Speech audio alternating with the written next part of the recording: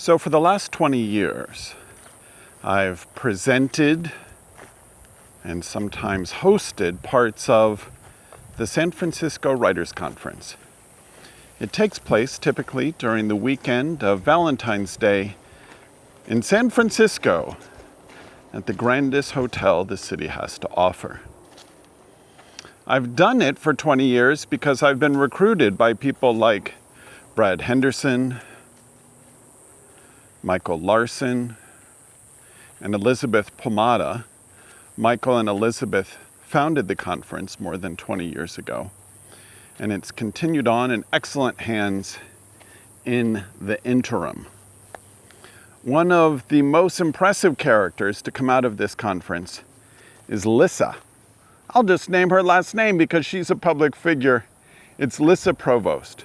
She is the director of the San Francisco Writers Conference. When I met her over a dozen years ago, she was the mom of 4 toddlers. How does one have 4 toddlers at the same time? Lissa and her husband could answer that question better than I. But she said on her LinkedIn page that one reason that she participated in the conference was to connect with peers who care very much about writing and to get a break from all of those toddlers that she was parenting at the time. Well, Lissa first coordinated the volunteers, and then she was the operations manager of the San Francisco Writers Conference. And then finally, about 5 years ago, she took over the whole thing. Very impressive. What I didn't always keep in mind at the time, because I think of Lissa as a peer of mine and not a student, is that Lissa was a community college student that entire time. She graduated from community college with a focus on entrepreneurialism at about the same time that one or more of her many children were also graduating from community college. While she was running an entire writers' conference, she was taking classes in which she was tested on her own writing, as well as her public speaking. She participated in a number of competitions and in entrepreneurialism. Boy, she's an impressive character. If you want to see evidence of this, I invite you to check out, I believe it's sfwriters.org. You could always Google or Bing the phrase San Francisco Writers Conference to find out more about what we did last year and what we're doing this coming year. I myself am funding a scholarship at the San Francisco Writers Conference so that not only old rich people get to attend. We definitely need more working class and younger people at this conference. They bring such energy, such enthusiasm, and in most cases, such talent for writing. Lissa has deputized me to run, I think, one of the longest open mics in California. Not in years, but in hours. It happens on the Saturday of the conference. There's a jazz band, typically, to perform with the many readers of poetry. Some people read prose. Some people, inadvisable, will just monologue. And I get to host the whole thing.